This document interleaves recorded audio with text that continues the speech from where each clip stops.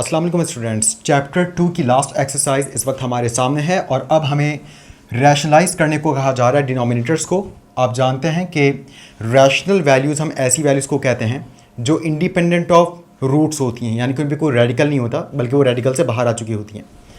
तो ये वैल्यूज़ जो रूट के अंदर रह जाती हैं, जो कि परफेक्ट स्क्वायर नहीं होती, या किसी भी तरह से रूट जो भी इंडेक्स का रूट हो अगर वो उससे बाहर नहीं निकल सकती, तो ऐसी वैल्यूज़ को हम इर्रेशनल कहते हैं। बहरहाल हम इसको और तफसील से आगे डिस्कस करेंगे कि एक्चुअली डिफरेंस होता क्या है रैशनल का और इर्रेशनल का।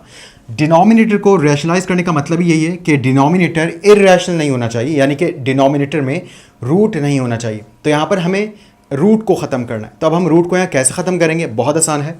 सबसे पहले स्टेप में जो भी हमारे पास डिनोमिनेटर है, हम उस डिनोमिनेटर के कॉन्जुगेट से इस फ्रैक्शन को मल्टीप्लाई भी करवाएंगे और डिवाइड भी करवाएंगे, क्योंकि मैथमेटिक्स में एनी टाइम किसी भी वैल्यू से मल्टीप्लाई और डिवाइड कराने की इजाज़त होती है, क्योंकि उससे हमारे स्टेप में कोई फ़र्क नहीं पड़ता, यानी कि इक्वलिटी में कोई फ़र्क नहीं पड़ता। अगर आप इसके साथ कोई भी वैल्यू मल्टीप्लाई डिवाइड करके लिखेंगे, अगर आप उसको कैंसिल कर दें तो वापस हम यहीं पर आ जाएंगे। तो मैथमेटिक्स में ये ज़रूरी होता है कि आप नेक्स्ट स्टेप हमेशा वो करें जो पिछले स्टेप के बराबर साबित किया जा सके। तो यहाँ पर हम मल्टीप्लाई और डिवाइड करवाएंगे।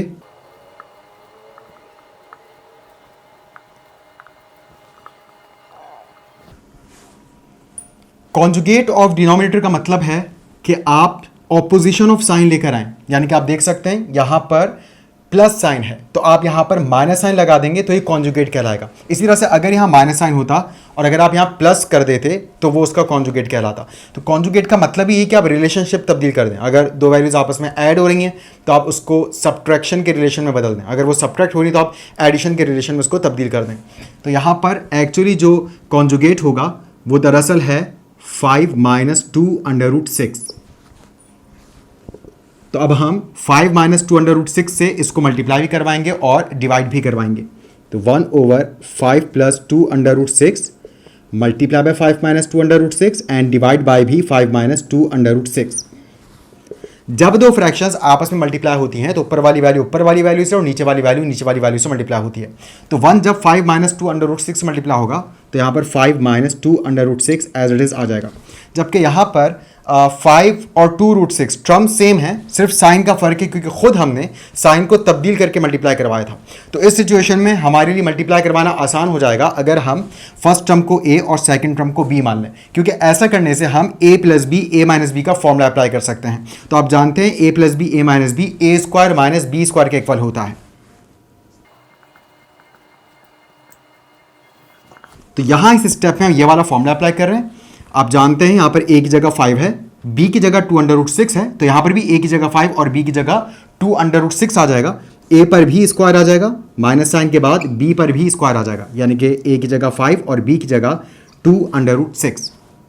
नेक्स्ट स्टेप में ये 5 - 2√6 एज इट इज। इधर जब हम स्क्वायर 5 पर अप्लाई करेंगे तो आप जानते हैं 25 हो जाएगा। और पिछली एक्सरसाइज में आप पढ़ चुके हैं कि जब भी ब्रैकेट के अंदर वैल्यूज मल्टीप्लाइंग या डिवाइडिंग फॉर्म में होती है तो ब्रैकेट के बाहर वाली पावर बारी बारी सब पर अप्लाई होती है। तो जब ये स्क्वायर 2 पर आएगा तो 2 को 2 बार लिखकर मल्टीप्लाई करना पड़ेगा, हमारे पास जवाब 4 आएगा। और जब ये स्क्वायर √6 पर आएगा तो आप जानते हैं स्क्वायर से रूट हमेशा कैंसिल हो जाता है, क्योंकि रूट का मतलब पावर 1/2 होता है और पावर 1/2 से बाहर वाली पावर आके मल्टीप्लाई होगी, तो 2 से 2 कैंसिल, यानी कि अब सिर्फ 6 के ऊपर पावर 1 रह गई है, यानी कि जस्ट हम यहाँ पे 6 लिख देंगे क्योंकि पावर 1 हम नहीं लिखते। अब 5 - 2√6 again as it is, divided by 25 as it is, और 4 × 6 बनता है 24। 5 - 2√6 एज इट इज, 25 - 24 1, और आप जानते हैं डिनोमिनेटर में 1 नहीं लिखा जाता। सो फाइनली आप देख सकते हैं डिनोमिनेटर में रूट नहीं रहा। हमें न्यूमरेटर से कोई गर्ज नहीं थी, न्यूमरेटर में भले स्क्वायर रूट आ जाए, इट डजेंट मैटर, क्योंकि रिक्वायरमेंट ये थी रैशनलाइज द डिनोमिनेटर, यानी कि हमें डिनोमिनेटर से रूट खत्म करना है। और डिनोमिनेटर से रूट खत्म करने के प्रोसीजर को हम प्रोसीजर ऑफ रैशनलाइजेशन कहते हैं, यानी कि हम यहाँ इसको रैशनलाइज कर दिया, यानी कि we are converting here the irrational value into a rational value. यहाँ पर हमने एग्जैक्टली ऐसा किया। डिनोमिनेटर में डिनोमिनेटर जो कि इर्रेशनल था, जहाँ पे रूट था, हमने उसको अब रैशनल बना दिया है, क्योंकि डिनोमिनेटर में 1 आ चुका है, यहाँ पर कहीं पर भी रूट नहीं है। बिल्कुल वैसे ही आपने ये वाले सवाल खुद से करने, यहाँ पर भी आप डिनोमिनेटर के कॉन्जुगेट से मल्टीप्लाई और डिवाइड करवाएंगे। मतलब यहाँ पर आप 3 + 2 √2 से मल्टीप्लाई और डिवाइड करवाएंगे। मल्टीप्लाई करवाने के लिए 3 - 2 √2 को आप ऊपर लिख रहे होंगे, डिवाइड करवाने के लिए 3 + 2 √2 को आप नीचे लिख रहे होंगे। इन्हें मल्टीप्लाई करवाने के लिए वही आप a - b a + b का फॉर्मूला अप्लाई कर देंगे और यहां पर 3 + 2 √2 पर 1 से मल्टीप्लाई होकर एज इट इज आ जाएगा 3 + 2 √2 और यकीनन यही फिर इसका जवाब बनेगा क्योंकि डिनोमिनेटर में 1 आ जाएगा। बिल्कुल वैसे यहां पर आप 2 - √3 से मल्टीप्लाई और डिवाइड कराएंगे। तो उम्मीद है कि आपको रैशनलाइज करना बहुत अच्छे से समझ में आया होगा, क्योंकि अगले सवाल जो हम करने जा रहे हैं उनमें रैशनलाइजेशन का ये स्टेप लाजमी तौर पर हमारे सॉल्यूशन का हिस्सा बनेगा। मिलते हैं नेक्स्ट एपिसोड में, तब तक के लिए अल्लाह हाफिज़।